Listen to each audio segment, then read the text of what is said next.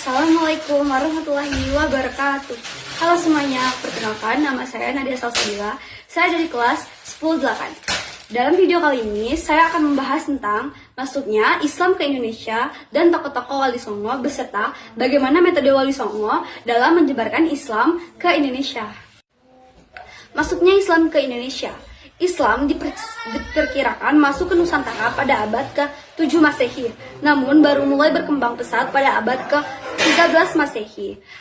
Terdapat beberapa teori mengenai asal-usul pembawa agama Islam ke Indonesia.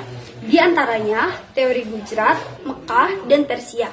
Namun, para ahli lebih condong pada teori Gujarat. Nana Supriyatna mencatat bahwa perdagangan di Timur Tengah telah berlangsung lama sebelum Islam, dan tradisi dakwah juga dialirkan melalui jalur perdagangan yang dilalui antara lain Arab, Laut Merah, Laut Tengah, Laut Hitam, Laut Kaspia, Sungai Volga, Laut Malaka, India, Semenanjung Malaya, dan Indonesia. Secara umum, masuknya Islam ke Indonesia melalui jalur perdagangan, pernikahan, pendidikan, dan akulturasi budaya. Jalur perdagangan merupakan jalur paling awal. Diperkirakan sejak abad ke-7 hingga 11 Masehi. Islam disebarkan oleh para saudagar muslim dari berbagai wilayah. Jalur pernikahan juga berperan penting, di mana pernikahan antara pedagang muslim dengan penduduk lokal mempercepat penyebaran Islam. Pendidikan dilakukan melalui pendirian lembaga-lembaga pendidikan Islam. Akulturasi budaya juga menjadi cara penyebaran dengan adanya perpaduan antara budaya lokal dengan nilai-nilai Islam. Selanjutnya, tokoh-tokoh Wali Songo. Wali Songo adalah 9 tokoh penyebar agama Islam yang sangat berjasa di Jawa. Mereka adalah Sunan Gresik, Maulana Malik Ibrahim, dianggap sebagai wali pertama yang mendakwakan Islam di Jawa.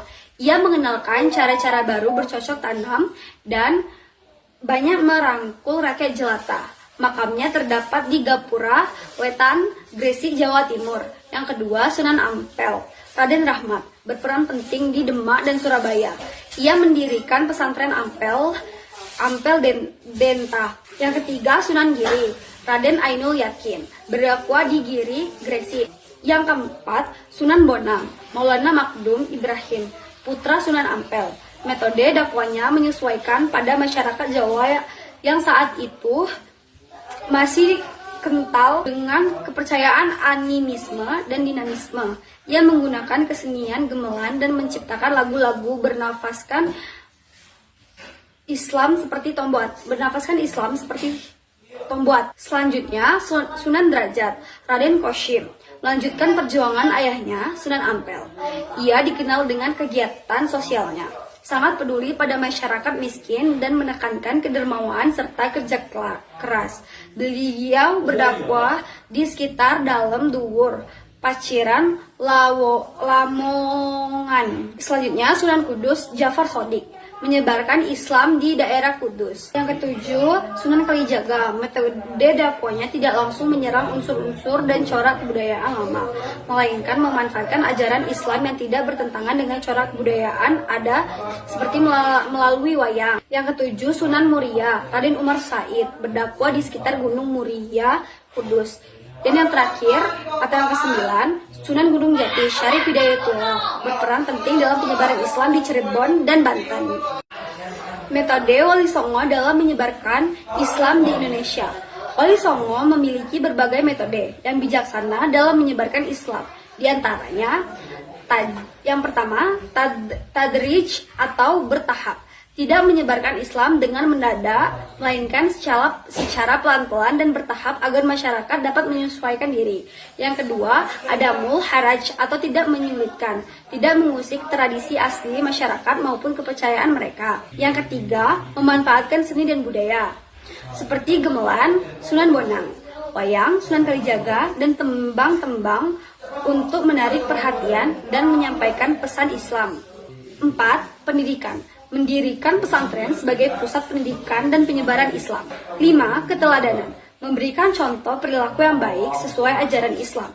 Bil hikmah wal mau'idahatil hasanah, menyampaikan ajaran dengan bijaksana dan nasihat yang baik. Yang keenam, silaturahmi, menjalin hubungan baik dengan masyarakat. Yang ketujuh, tanya jawab atau diskusi, melakukan penyampaian materi melalui forum diskusi. Dan akulturasi budaya, memanfaatkan unsur-unsur budaya lokal yang tidak bertentangan dengan ajaran Islam. Demikianlah penjelasan singkat mengenai proses masuknya Islam ke Indonesia dan para tokoh-tokoh Wali Songo serta metode Wali Songo dalam menyebarkan ajaran Islam di Indonesia. Semoga video ini dapat menambah wawasan dan pemahaman kita semua tentang sejarah Islam di tanah air. Terima kasih telah menonton. Sampai jumpa di video pembelajaran berikutnya. Bye bye.